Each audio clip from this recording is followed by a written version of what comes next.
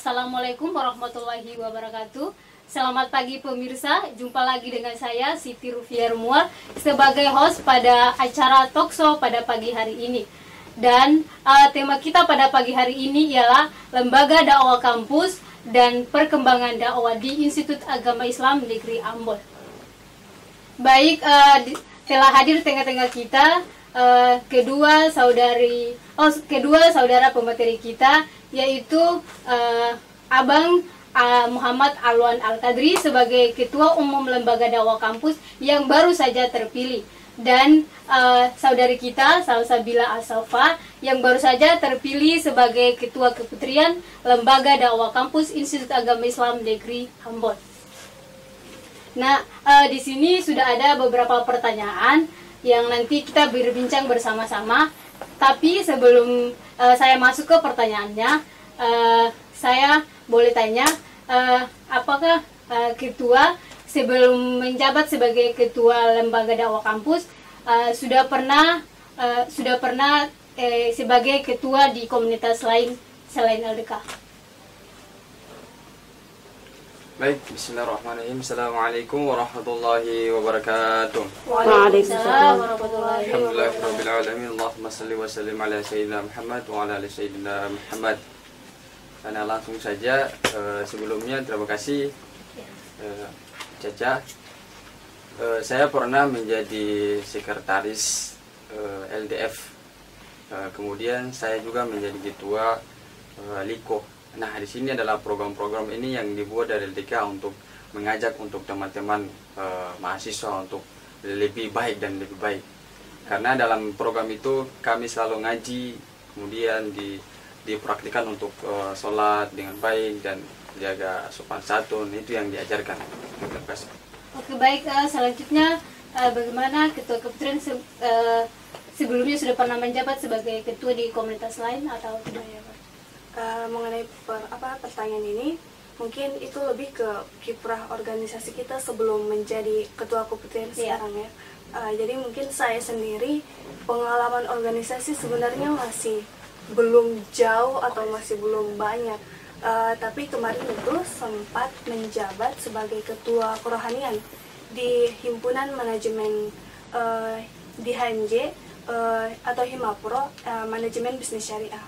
Jadi selain itu mungkin belum ada ini sebagai pengalaman kedua saya menjabat sebagai ketua keputrian. Mungkin itu saja dari. Oke, baik. Selanjutnya kita masuk saja ke pertanyaannya ya. Yang pertama saya ingin tanyakan kepada ketua dulu. Ketua bisa ceritakan lembaga dakwah kampus itu seperti apanya, sejarahnya begitu seperti apa? Saya silakan. Baik, ada singkat saja karena kami hanya sebagai penerus, tapi pencetak sejarahnya kan sudah keluar.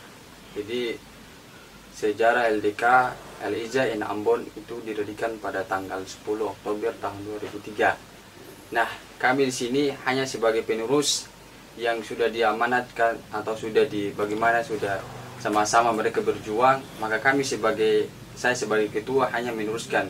Dalam mana dalam Al-Quran Allah berfirman, Ud'u ila sabili rabbik, mengajaklah sesama manusia dalam kebaikan yang dibawa oleh Rasulullah SAW. Nah, di sini adalah konsep kami untuk berdakwah. Nah, di sini LDK sebagai salah satu wadah untuk kami mudah untuk berdakwah kepada mahasiswa supaya mahasiswa in Ambon itu semakin hari semakin bagus gitu. Nah. Baik, terima kasih. Mungkin dari Ketua Keputrian bisa menambahkan sedikit. Ya, jadi dari ketua tadi sudah dikatakan bahwa lembaga dakwah kampus ini dibentuk pada tahun 2003. Tapi masalah disahkannya itu pada tahun 2005 oleh rektor yang menjabat pada saat itu. Kemudian ada beberapa orang perintis LDK pada tahun-tahun itu, yaitu salah satunya ada Ustadz Zainal Abidin, kemudian ada Ustadz Irawan, dan juga salah satunya itu ada dari akhwat atau perempuan, yaitu Ibu Ija Tehupali. Kemudian sejarah pembentukan LDK itu sebenarnya bukan mulus saja begitu, prosesnya itu ada juga masalah-masalah pada saat itu. Misalnya di sini saya juga dapat cerita dari kakak-kakak sebelum kami bahwa LDK itu pada masa pembentukannya atau setelah pembentukannya itu pernah ada kesan-kesan seakan-akan akan dibubarkan. Nah, melihat kondisi itu tentunya ada usaha dari kakak-kakak alumni untuk bagaimana lembaga dakwah kampus itu tetap ada dan berjalan sampai sekarang. Misalnya pada saat itu dari rektor sendiri pada masa-masa itu menginginkan adanya 500 tanda tangan agar lembaga dakwah kampus ini dia akan tetap ada. Nah, kira-kira apa usaha kakak-kakak pada saat itu? Nah, ternyata dari 500 tanda tangan itu didapatkan pada hari-hari yang cepat saja prosesnya, bahkan lebih dari 500. Jadi intinya usaha untuk mempertahankan LDK atau sejarahnya itu bukan cuma dibentuk dan ada saja, tapi ada rintangan-rintangan tertentu, ada juga peristiwa ingin dibubarkan, tapi bagaimana ketempung kakak-kakak sebelumnya kita, kakak-kakak perintis lembaga dakwah kampus berusaha untuk mempertahankan sampai bisa ada sampai saat ini. Mungkin itu saja dari saya. Oke, baik. Langsung saja kita lanjut ke pertanyaan kedua, yaitu apa peran lembaga dakwah kampus itu dalam dakwah? Misalnya seperti di LDK kan ada kelompok-kelompok namanya suro begitu. Oh, iya. Nah, itu maksudnya suro itu dibentuk bagaimana? Maksudnya dakwahnya itu secara daring atau offline begitu? Bisa dijelaskan untuk ketua? Saya persilakan. Baik, untuk bagaimana kontribusi kita dalam dakwah. Nah, dakwah ini kan sudah dulu dibawakan oleh Rasulullah SAW. Nah, bagaimana kontribusi kader-kader dakwah dalam lembaga ini? Dan kami sendiri itu ketika kegiatannya itu offline aja. Kenapa di situ? Karena kebanyakan offline itu misalkan kita praktik tentang membaca Al-Quran dengan baik, ya itu praktik kami dalam dakwah. Kemudian mengajak orang sholat, kemudian ada satu yang disebut sebagai mabit, itu malah membina iman. Nah, ini adalah kami sebagai kader-kader untuk mengajak mahasiswa yang malamnya tidur, kita mengajak sholat, berbaring kepada Allah Subhanahu wa Ta'ala, supaya kita dipermudahkan dalam urusan segala hal. Baik, bagaimana Ketua Keputrian bisa menambahkan? Jadi luar biasa tadi apa yang disampaikan Ketua Umum tadi.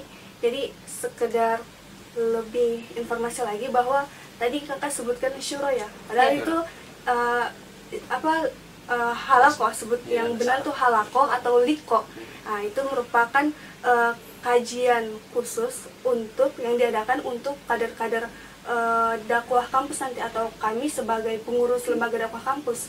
Tapi selain untuk pengurus lembaga dakwah kampus juga LDK itu dia membuat suatu program-program yang untuk umum juga. Jadi kakak-kakak yang di luar sana, teman-teman di luar kampus juga bisa ikut berpartisipasi dalam kegiatan kami, yang mana itu fokusnya ke pengembangan potensi dan juga pembinaan yang di dalamnya itu tentang keislaman.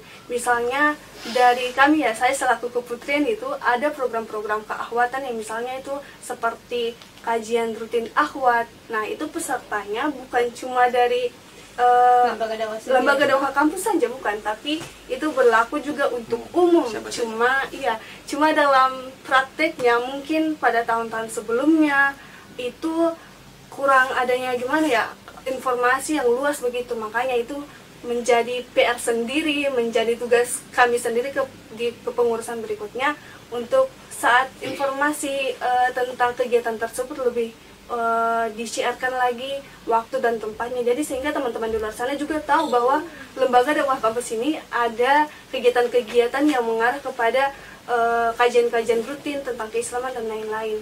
Kemudian menyangkut tadi tentang peran lembaga dakwah kampus dalam berdakwah ya. Tentunya katong itu lembaga dakwah kampus sebagai pusat dakwahnya di sini, namanya saja lembaga dakwah kampus, otomatis adanya kita di sini untuk mendukung berjalannya dakwah di kampus ini. Jadi selain itu mungkin lembaga dakwah kampus ini itu wujud dari keresahan bahwa ini kampus Islam, tapi pemahamannya itu kadang-kadang belum sepenuhnya itu Islam, penampilannya itu belum sepenuhnya menjiwai keislaman itu sendiri. Misalnya dulu kan juga belum adanya ahwat tuh belum pakai rok semuanya, ada yang masih pakai jeans. Nah, tapi disitulah katong punya keresahan muncul, sehingga katong lembaga dakwah kampus terbentuk, sehingga program-program itu dia terbentuk untuk mendukung Islam itu sendiri. Jadi intinya katong hadir untuk mengislamisasi secara total itu teman-teman yang ada di kampus semua ini, atau masyarakat luar juga sana termasuk dalam daftarnya katong. Mungkin itu saja dari kita. Oke, nanti kita kembali ke sesi selanjutnya.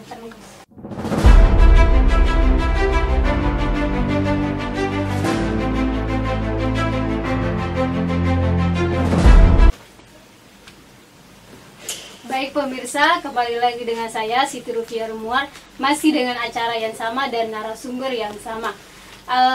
Selanjutnya kita langsung masuk saja ya ke pertanyaannya, di mana bunyi pertanyaannya itu apa yang membuat ketua umum dan ketua keputrian mencalonkan diri sebagai ketua umum dan ketua keputrian.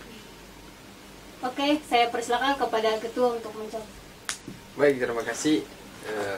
Ana singkat, sebelumnya Ana ini tidak sangka-sangka menjadi seorang ketua LDK Al-Hijain Ambon.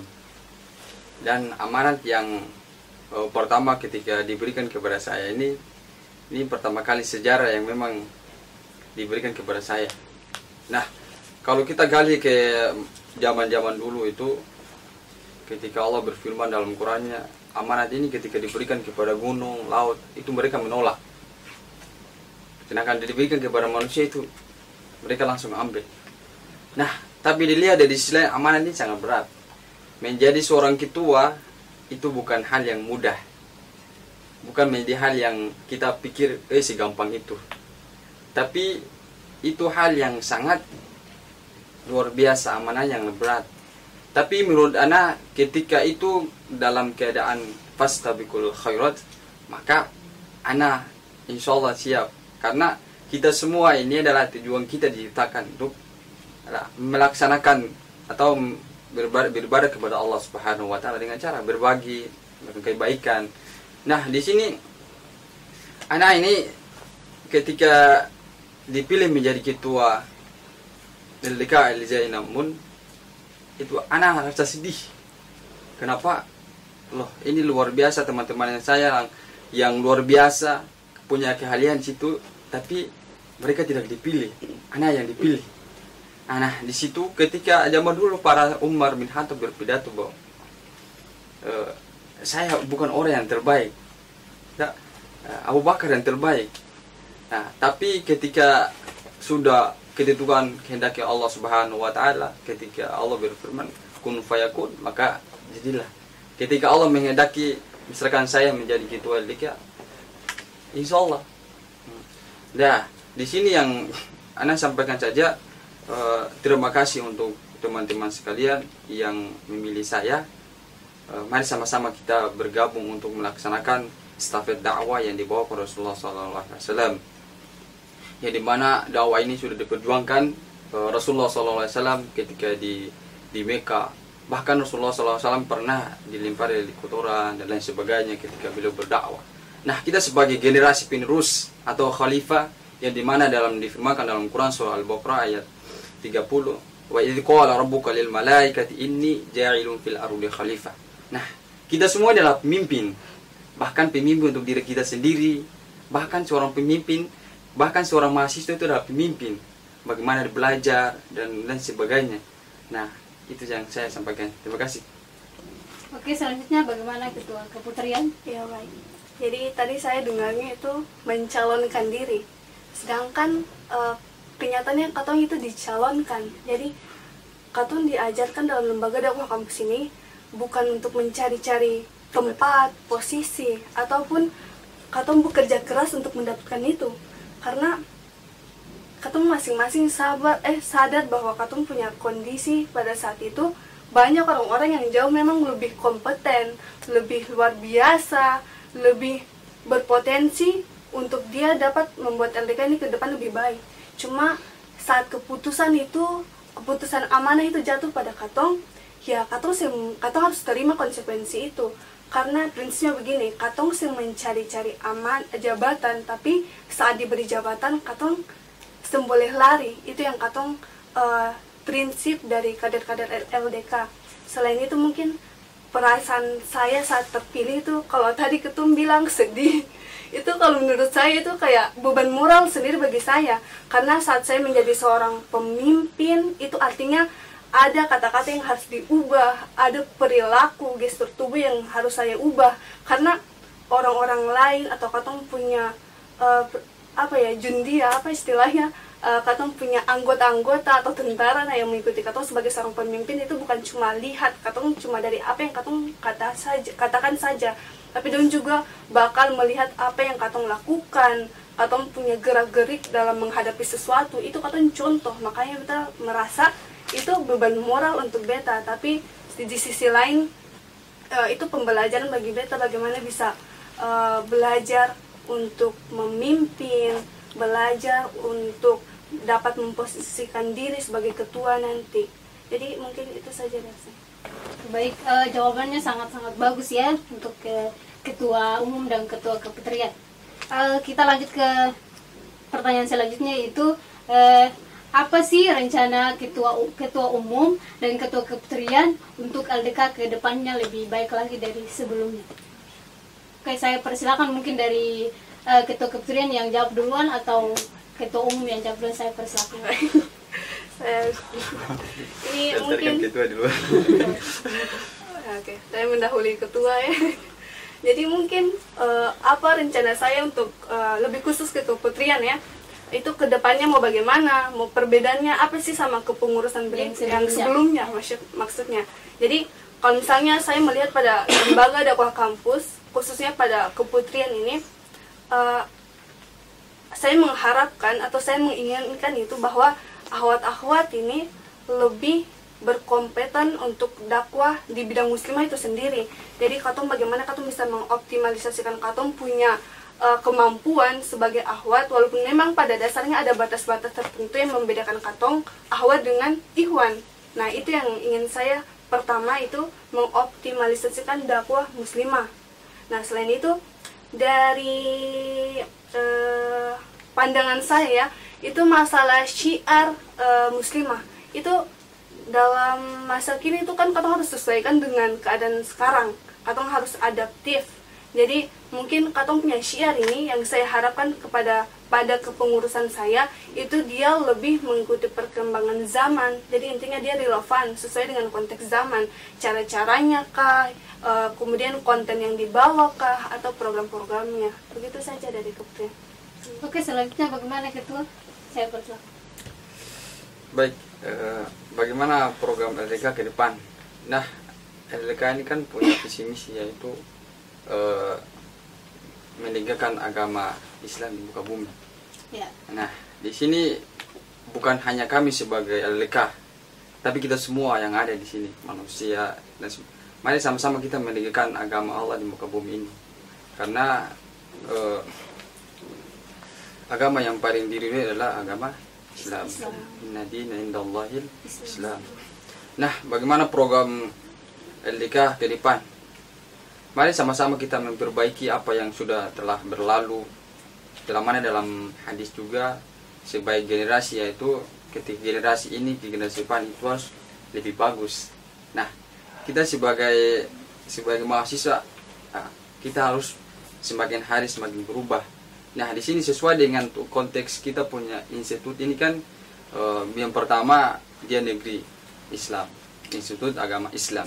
Nah, otomatis di kalangan masyarakat mereka memandang kita bahwa kita punya skill agama itu harus luar biasa. Walaupun kita masing-masing beda jurusan fakultas, tapi setidaknya dari segi agama harus luar biasa. Nah, di sini mulai dari mana? Dimulai dari sholatnya dulu, ya harus dijaga, kemudian ngajinya juga. Nah, di sini salah satu visi misi yang kampus juga bagaimana mahasiswa ini pandai dalam membaca Al-Quran. Nah, karena sesuai dengan kita punya lembaga ini kan agama Islam. Nah, otomatis kita sebagai mahasiswa dan teman-teman sekalian yang kuliah di sini, mari sama-sama kita melaksanakan kebaikan, sehingga kampus kita ini terkenal dengan kebaikan, jangan terkenal dengan yang lain sebagainya. Ya, karena kalau bukan kita siapa lagi? Bukan mahasiswa Indamo siapa lagi? Nah, bagaimana kampus kita maju kalau kita mahasiswa sendiri dan Ambon tidak berpartisipasi dalam kebaikan? Nah, di sini kalau seorang mahasiswa yang selalu melakukan kebaikan, maka Allah akan memberikan kemudahan. Dalam Al-Quran, wattaqullaha yu'allimukum. Nah, di sini ketika barang siapa yang bertaat kepada Allah, taat kepada Allah artinya melaksanakan perintah Allah dari segi kebaikan, musyawarah dan lain sebagainya, maka Allah akan tambahkan ilmu kepadanya. Nah, di sini nanti Allah mempermudahkan kita dalam proses apa saja. Nah, itu yang Ana inginkan. Jadi program ke depan itu mudah-mudahan kampus kita baik dan baik sebelumnya. Nah, maksudnya dulu sudah bagus, sekarang juga harus dibaguskan lagi ya, dari segi kualitas spiritual, intelektual mahasiswa. Jadi mahasiswa itu bukan hanya dari pintar dari segi intelektual saja, harus spiritualnya juga, dua-duanya sama, harus berjalan. Diibaratkan seperti kaki. Seorang kalau mahasiswa manusia ini kalau kakinya dua berjalan dengan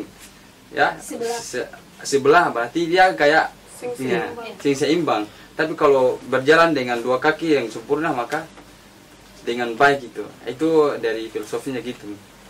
Sekian, terima kasih. Oke, jawabannya dari kedua narasumber kita memang sangat-sangat bagus dan memuaskan. Iya, pertanyaan ini merupakan pertanyaan terakhir pada acara kita ini, yang dimana pertanyaannya adalah apakah setiap kegiatan LDK juga mengkontribusi dengan organisasi lain atau tidak? Maksudnya kayak ketika LDK ada bikin kegiatan ini, dong undang komunitas lain, saya mungkin ketuanya selain dari ketua LDK begitu, kayak dari HMIK, IMMK begitu. Oke, mungkin dari ketua kementerian mau menjawab duluan atau ketua umum, saya persilakan. Baik, jadi setiap kali kegiatan yang dibuat oleh LDK UKM itu pasti diundang. Jadi LDK ini kan organisasi intra di kampus, menyangkut dengan organisasi luar itu tidak bisa diundang karena memang ini kampus.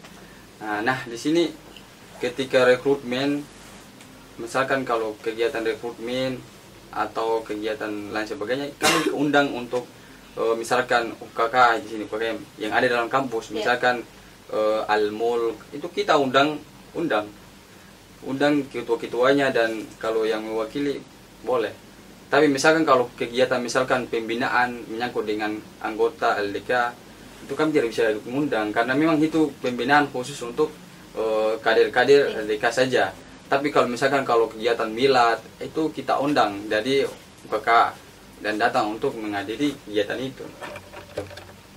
Oke, mungkin dari ketua kementerian yang tercantik Saya kira tadi ketua sudah menjawab semuanya ya. Jadi mungkin di sini perjelas saja bahwa kegiatan yang mana dulu yang mengundang komunitas dan komunitas apa, seperti apa yang katong undang. Jadi jelasnya kayak tadi intinya untuk kegiatan seperti milad, rekrutmen, kemudian pelantikan, musyawarah akbar dan sebagainya, katong pasti mengundang dari UKM dan UKK sejajaran Ambon. Nah, karena kan ini organisasi intra, LDK itu kan organisasi intra. Jadi yang diundang ya organisasi-organisasi yang ada di Ambon, dalam hal ini UKM dan UKK yang ada di sejajaran IAIN Ambon. Tapi perjelas lagi untuk kegiatan seperti kajian tertentu, seperti pembinaan, nah itu hanya difokuskan kepada anggota-anggota, pengurus-pengurus yang ada dalam lembaga dakwah kampus saja. Jadi tergantung kegiatannya apa, tergantung komunitasnya apa dalam hal ini. Oke, baik. Itu tadi banyak bincang-bincang kita pada pagi hari ini. Jawaban dari kedua narasumber juga sangat bagus. Tapi sebelum kita menutup ketemu acara ini, mungkin dari ketua umum atau ketua kementerian yang mau sampaikan kata seperti kata motivasi para pemirsa begitu supaya dong lebih semangat begitu. Saya persilakan.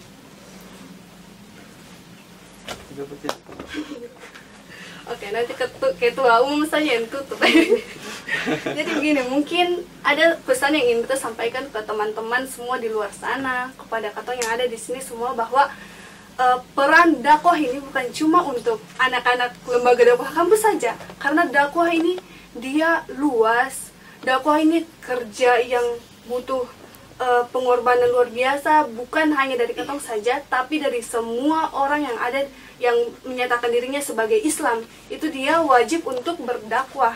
Jadi katong ajak teman-teman semua pun bisa berdakwah di luar, atau untuk mempermudah teman-teman bisa langsung saja masuk ke wadahnya katong, untuk katong sama-sama berkontribusi untuk dakwah ini, untuk kampus, dan juga katong cita-citakan untuk kemajuan Islam di masyarakat kampus, juga di luar masyarakat kampus. Mungkin itu saja dari saya.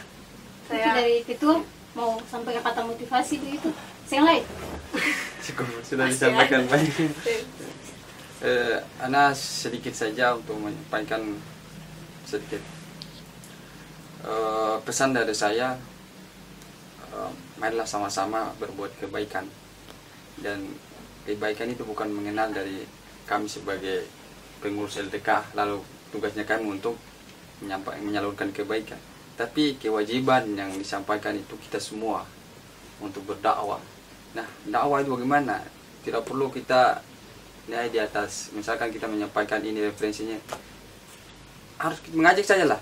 Misalkan kita dapat orang mengajak untuk kebaikan, itu dakwahnya. Nah, kemudian yang sudah dibawakan Rasulullah SAW, dakwahnya luar biasa ketika zaman dulu. Nah, di sini teman-teman sekalian, kita sebagai umat Islam, mari sama-sama berpegang teguh kepada ajaran Islam dan Al-Quran dan Sunnah sebagai kita punya sumber, supaya kita itu melaksanakan kebaikan itu sesuai dengan yang dibawakan Rasulullah SAW. Sekian. Terima kasih. Sebelumnya saya ucapkan terima kasih kepada kedua narasumber kita yang paling terbaik di Lembaga Dakwah Kampus. Baik pemirsa, itulah tadi bincang-bincang kita dengan kedua narasumber kita yang ganting dan yang cantik. Semoga kata-kata motivasi mereka bisa memotivasi pemirsa semua, terutama kita teman-teman yang di studio ini. Akhir kata saya ucapkan wabillahi taufiq wal hidayah. Wassalamualaikum warahmatullahi wabarakatuh. Terima kasih,